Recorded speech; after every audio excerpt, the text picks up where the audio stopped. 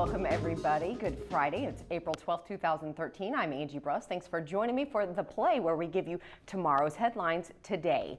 And actually, this weekend's headlines. I'm here with Rick Green, who's the local editor for the Oklahoman.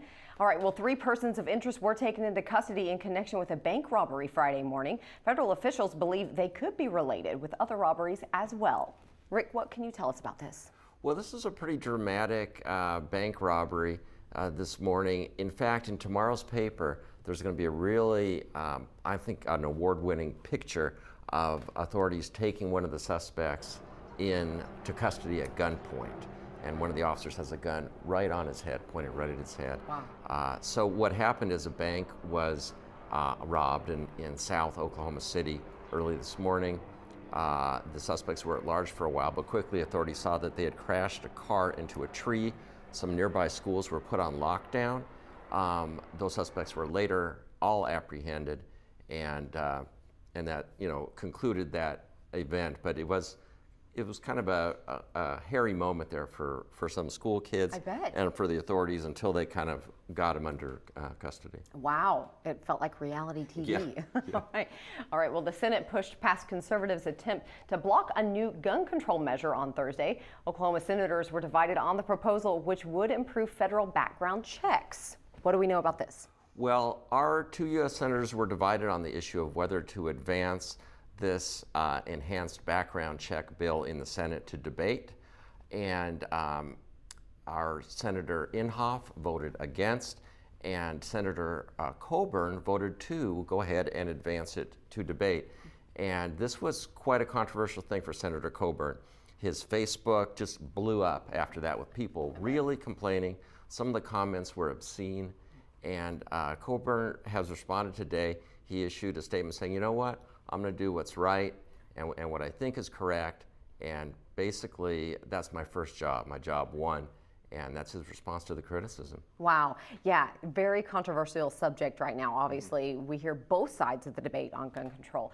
All right, there will be a series of stories this weekend on the drought in our state. Is Oklahoma City going to run out of water? Oh my goodness, what's going on? That's the question Bill Crum is addressing in our lead story in the Sunday paper. And it's a complicated one. The short answer is that Oklahoma City seems to be set up in a pretty good situation. Some other areas of the state are in more dire straits, hot spots as it were, in western Oklahoma, where there's more concerns about water supply. So it's a really good analysis of it. We're going to have some charts and photos and something really to look at. Yeah, we've had a good amount of rain lately, but probably we still have a lot of catching up to do. Right. We always think, well, this rainstorm, that's going to be the drought buster. And it certainly has helped. But over the long term, it seems that we are at somewhat of a deficit in terms of rainfall. I bet. All right, well, 2 years ago, we all remember this. The Flaming Lips song, Do You Realize, was named the official state rock song. It was a little controversial executive order. Governor Brad Henry had to actually make sure that was in place. What's the update on this? That's right. Governor Henry did that by executive order, such that it has to be renewed. And now Governor Fallon is not renewing it, not a priority for her. Of course, there was a little controversy at the time when Henry did it by executive order. It was not done by legislative resolution. The reason being, there was some controversy when the Flaming Lips came to the state capitol. One of the band members was wearing a hammer and sickle shirt, the sign for communism, and some things like that led some Republicans to not want to vote for it. So it was done by executive order by the Democratic governor at that time. Now, Mary Fallon, a Republican, has some other ideas. Yeah, and I'm sure she's got a lot on her plate. Who knows? We don't know, obviously, everything that goes into that. Well, these are the stories that you can find in Saturday and Sunday's paper in the Oklahoman. Make sure you check those out. Rick, thank you so much. Thank you.